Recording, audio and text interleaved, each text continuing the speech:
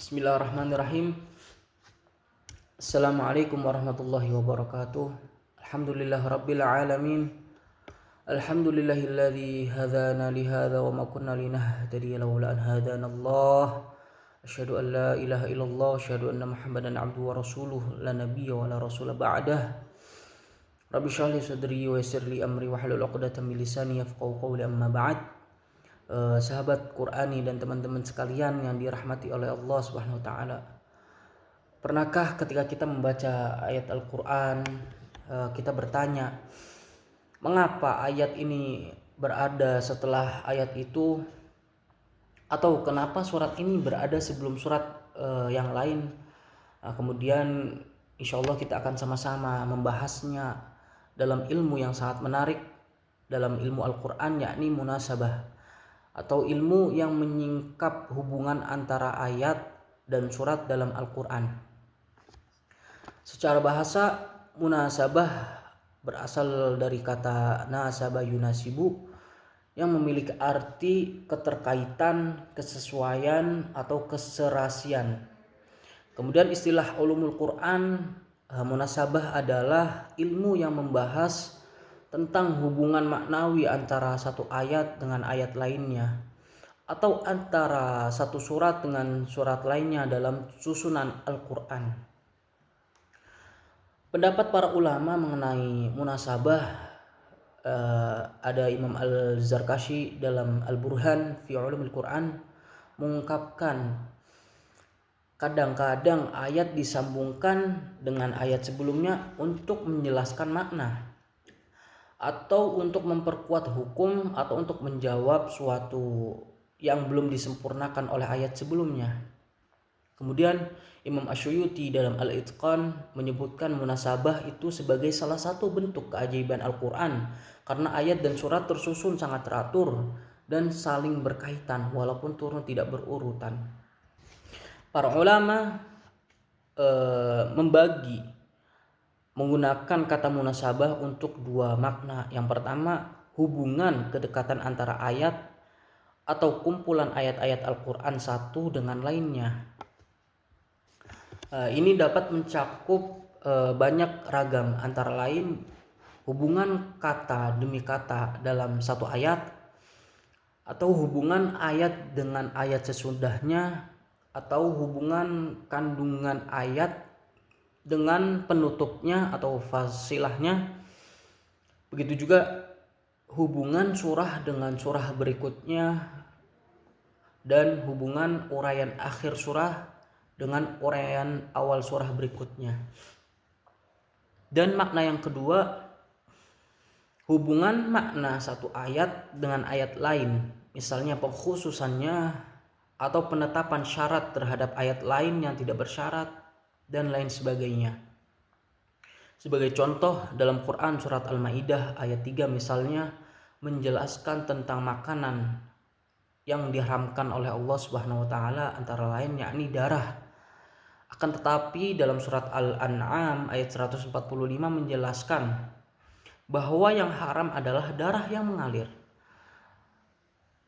Banyak ulama yang membatasi apa yang mereka namakan dengan al-munasabah hanya bagian pertama yang di atas itu, yakni bahasan tentang hal ini dimunculkan pertama kali oleh Abu Bakar Abdullah bin Muhammad Ziyad An-Naisaburi, sahabat Qur'ani yang dirahmati oleh Allah Subhanahu wa taala.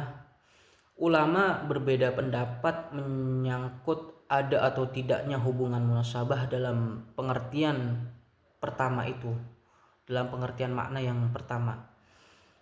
Ada yang menolak dengan alasan antara lain bahwa ayat-ayat Al-Quran turun dalam masa yang berbeda, dan tidak mungkin ada kaitan antara uraian masa lalu dan masa yang akan datang atau masa kemudian. Pendapat itu tidak sepenuhnya benar, karena setiap ayat yang turun Rasulullah SAW menjelaskan bahwa wahyu di mana ayat itu ditempatkan, memang penempatan sesuatu, ya katakanlah para tamu undangan, tidak harus berdasarkan masa kehadirannya. Presiden yang datang paling akhir menempati tempat paling depan. Yang mendampingi beliau pun bisa berbeda-beda antara satu acara dengan acara lainnya. Sekalipun menteri ini dikasih di lain waktu, menteri itu sesuai secara datang dalam acara yang diselenggarakan. Contoh, jika kita ditanya tentang siapa saja saudara kandung kita, kita dapat memulai dengan menyebut yang bungsu dan dapat berbeda-beda sesuai tujuan kita dalam menyampaikan jawaban. Nah, jika maksud kita hendak menjelaskan siapa yang paling pandai, urutan penyebutannya berbeda dengan jika kita menjelaskan dengan maksud siapa yang paling butuh dibantu. Demikianlah seterusnya. Di sisi lain, bahasan ulama-ulama yang mendukung adanya munasabah cukup banyak dan menarik. Salah satunya seorang yang paling memperhatikan di bidang ini, yakni Ibrahim bin Umar Al-Biqai, pengarang tafsir Nazmud Durar fi Tanasub Al-Ayah Waswar, yang menghidangkan dalam tafsirnya itu ragam-ragam hubungan yang dikemukakan di atasnya, yakni munasabah. Harus diakui juga bahwa bahasan tentang hubungan itu atau munasabah itu sangat mengandalkan pemikiran, bahkan imajinasi atau kenyataan yang terjadi. Karena bisa saja ada banyak ragam hubungan yang dikemukakan oleh para mufassir. Bahkan bisa jadi seorang mufassir menghidangkan 2, 3 atau seterusnya dari hubungan buat satu ayat yang dibahasnya, sebagaimana terlihat dalam karya Al-Biqai. Kemudian di sisi lain juga dapat saja pandangan-pandangan tentang al-munasabah yang ditampilkan oleh ulama tidak diterima baik oleh ulama yang pemikirannya lain. Para ulama atau pendukung adanya munasabah menyatakan bahwa tidak semua ayat atau bagiannya harus dicarikan munasabahnya. Ayat yang disusul pengecualiannya tidak perlu dicarikan munasabahnya, seperti ayat 3 dalam surat Al-Asr dengan ayat kedua. Begitu juga yang kandungannya menguatkan kandungan sebelumnya, seperti Quran surat Al-Qiyamah ayat 32 yang menguatkan Al-Qiyamah ayat 31. A'udzubillahi minasyaitonir rajim. Bismillahirrahmanirrahim. Fala saddaqa wala shalla walakin kadzdzaba wa tawalla. Yang artinya dia tidak membenarkan, tidak juga salat, tetapi dia mengingkari dan berpaling. Dalam ayat ini tidak dibahas juga hubungan antara sepenggal ayat dengan bagiannya yang lain atau satu ayat dengan ayat yang lain bila di sela ayat atau bagian satu ayat ada jumlah mu'taradah, yakni kata atau kalimat yang berada di tengah dengan tujuan menguatkan pesan atau peralihan yang bersifat sementara. Firman Allah Subhanahu wa taala, A'udzubillahi minasyaitonir rajim. Fa in lam taf'alu wa lan taf'alu fattaqun nar allati waquduha an-nas wal hijarah u'iddat lil kafirin.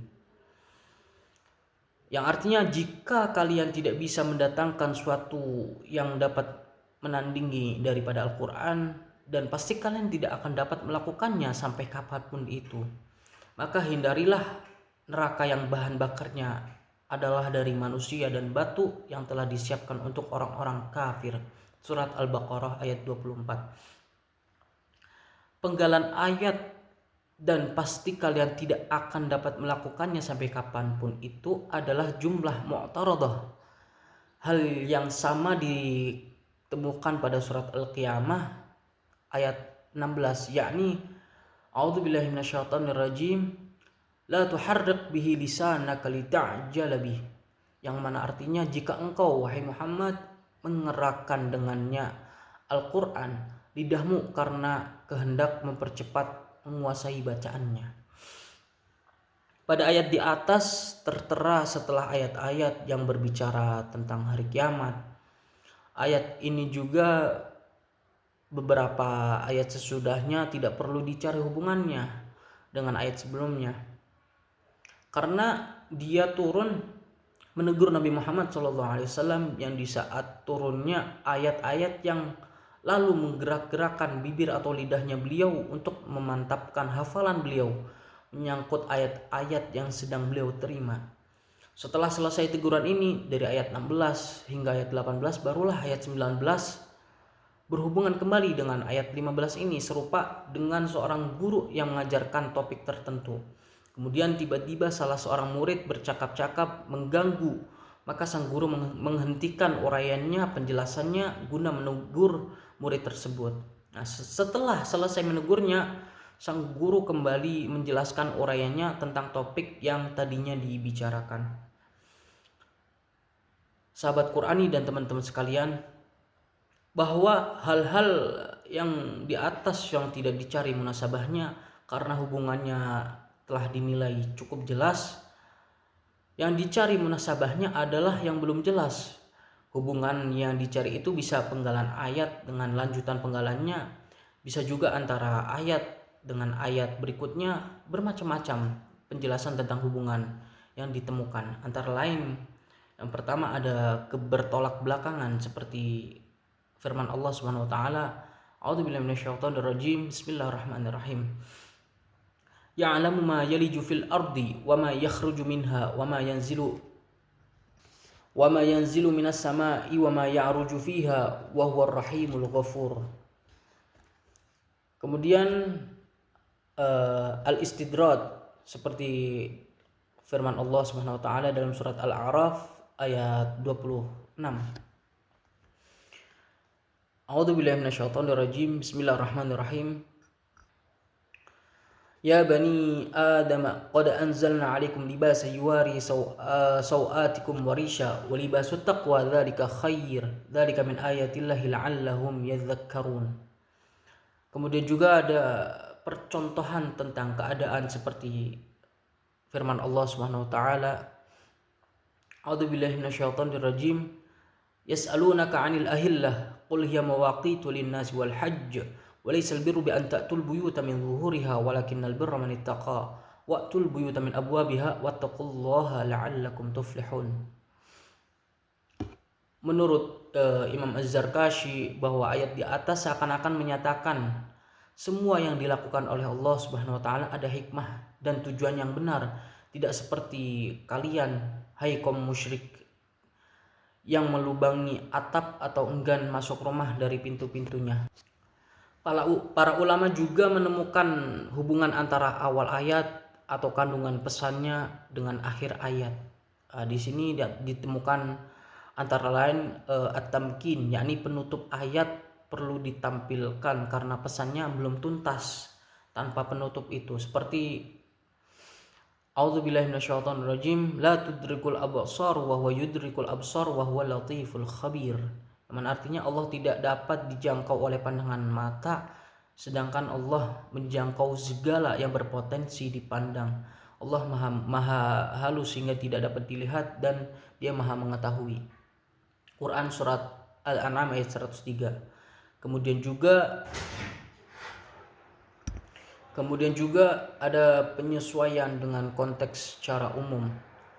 Berbandingkanlah konteks kedua ayat berikut yang berbicara tentang persoalan yang sama, tetapi fasilahnya berbeda atau penutupnya itu berbeda. Dalam Quran surat An-Nahl ayat 18, Allah Subhanahu wa taala berfirman, A'udzubillahi minasyaitonirrajim. Bismillahirrahmanirrahim. Wa in ta'uddu ni'matallahi la tuhsuha innallaha laghafurur rahim. Sedangkan dalam Quran surat Ibrahim ayat 34, Allah Subhanahu wa taala berfirman, wa in ta'uddu ni'matallahi la tuhsuha innal insana ladzalumun kafar. Ayat surat An-Nahl ayat 16 ayat 18 ini dikemukakan dalam konteks uraian tentang aneka nikmat Allah dan betapa nikmat itu dilimpahkannya. Kendati manusia itu durhaka, namun Allah Subhanahu wa taala tetap mengampuni dan mengasihi mereka. Sedangkan dalam surat Ibrahim dikemukakan dalam konteks kedurhakaan manusia. Padahal sudah demikian banyak nikmat Allah yang melimpah. kepada mereka. Mungkin ini saja yang bisa saya sampaikan, kurang lebihnya mohon maaf. Wallahu a'lam bishawab. Wabillahi taufiq wal hidayah. Assalamualaikum warahmatullahi wabarakatuh.